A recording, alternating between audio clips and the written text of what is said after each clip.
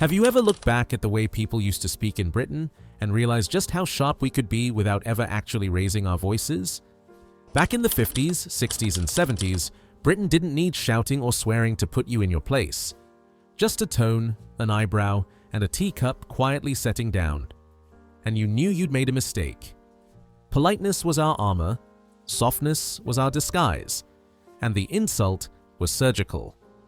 Here are the most politely brutal British sayings everyone once used, and if any of these ring in your ears, you were raised in a world where words were delivered quietly, but landed loudly.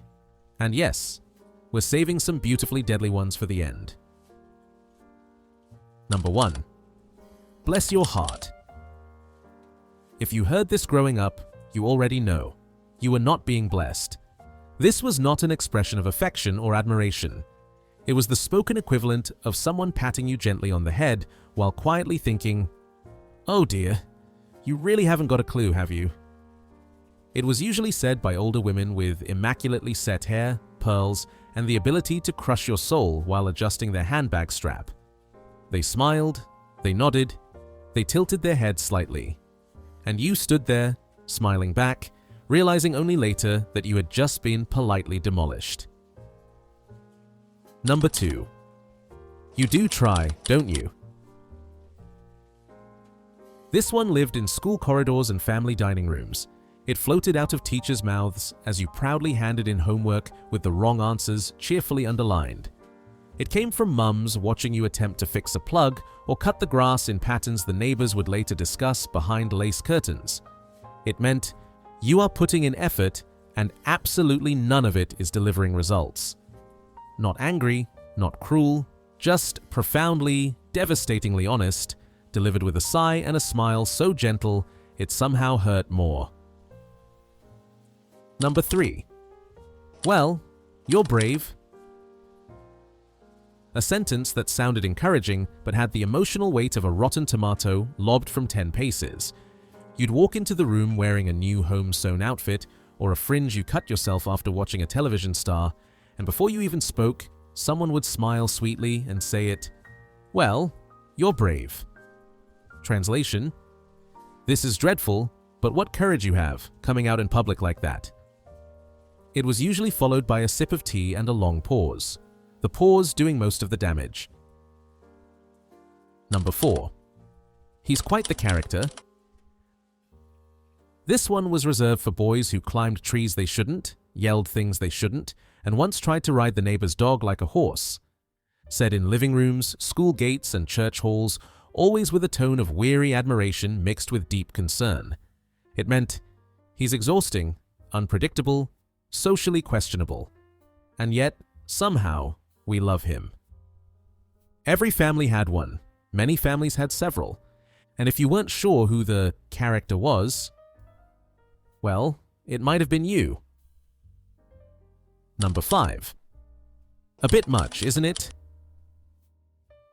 If you ever heard this whispered about your behavior, clothing, or enthusiasm, then congratulations. You had just reached what we might call maximum British disapproval, delivered minimum volume. Too loud, too proud, too sparkly, too happy. Someone's aunt or grandmother would purse their lips and murmur it, "A bit much, isn't it?" It didn't need elaboration. It floated in the air like a cold November breeze, settling directly into your bones. Number 6. Interesting choice. Used for outfits, paint colors, wallpaper, baby names, and occasionally life partners. You'd show something proudly. They'd pause, inhale quietly, and say, in a tone so polite it practically curtsied, "Interesting choice?" Not a choice they'd ever support, but said with grace, because kindness, after all, costs nothing, even when it stung. Number 7. I wouldn't have done it like that. One of the sharpest tools in the British politeness box. You could be fixing a shelf, arranging flowers, folding a sheet, decorating a cake. It didn't matter. Someone older, wiser, or simply more certain they were right would drift over, look at your handiwork and say, "I wouldn't have done it like that." Then the classic follow-up, "As long as you're happy with it." There has never been a sentence more capable of reducing a proud adult to a questioning puddle of self-doubt. Number 8. He's harmless. A phrase used to describe the local oddball who collected bottle tops or spoke to pigeons with more tenderness than to people. He's harmless really meant we don't entirely trust him, but he's part of the scenery now and no one wants to start a fuss. Every town had one. Every street knew who he was. And every mum said it with a tone halfway between reassurance and warning. Number 9. Not quite what I expected. Said at dinner tables when someone served a modern recipe involving pineapple rings, gelatin, or something out of a magazine that promised continental flair. Delivered with a thoughtful nod and a polite push of the plate. Translation? This is unpleasant, and I would like it to leave my mouth immediately. Nobody complained out loud. They simply praised the tablecloth instead. Number 10. They mean well. Perhaps the most quietly brutal of the lot. It was used when someone simply could not be trusted with competence, no matter how noble their intentions. They mean well could cover anything from botched DIY to disastrous parenting advice to gift choices so poor they became legend. It was British diplomacy in 5 words. Number 11. He's doing his best. Usually said by mothers at school, hands clasped, eyes shining with hope, while a boy stood beside them with a tie askew, knees scuffed, and a face that suggested arithmetic was not his destiny. He's doing his best translated to, he hasn't a clue, bless him, but please don't crush the spirit out of him. It was gentle, kind, and yet absolutely damning. Number 12. She's very sure of herself. This one held history. It echoed from a time when women were expected to be quiet, polite, and only speak when spoken to, preferably about cake, children, or laundry. She's very sure of herself meant she has opinions and that makes us deeply uncomfortable. Said about bright girls who dared answer back, or teenage daughters who walked with their head held just a little too high. Number 13. He's quite the talker.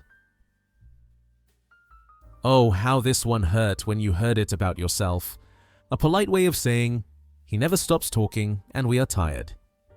Said by exhausted grandparents after babysitting, by teachers during parents' evening, by neighbours who made the mistake of engaging in small talk at the gate. It was not praise, it was a plea for silence disguised as a compliment.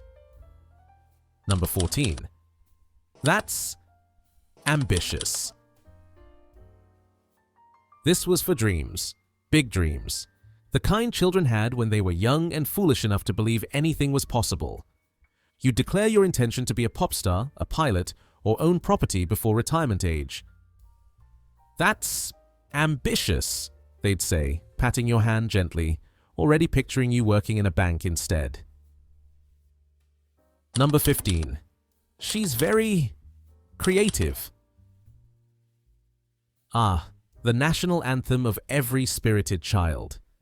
She's very creative meant she cut her fringe again, painted the cat, and glued macaroni to 3 pieces of furniture before breakfast. It was affectionate, it was concerned, and it always came with a sigh. Number 16. Oh, bless. A tiny phrase, but deadly in its efficiency. It could be delivered warmly, but when said with that particular tone, that long pause and soft sigh, it meant only one thing. You've embarrassed yourself, and I no longer know how to help you. Shorter, oh equals greater humiliation. We all remember it, and somehow, it made us tougher. Back then, insults didn't need volume. They drifted through sitting rooms, floated across garden fences, and clinked gently in teacups, disguised as kindness, and dipped in quiet judgment. We grew up learning tone, reading silence, recognizing danger not in shouting, but in softness. No one does polite destruction quite like we did. And truthfully, even when it stung, it felt like home. Because in those days, even criticism had manners. And sometimes, manners were the sharpest blade of all.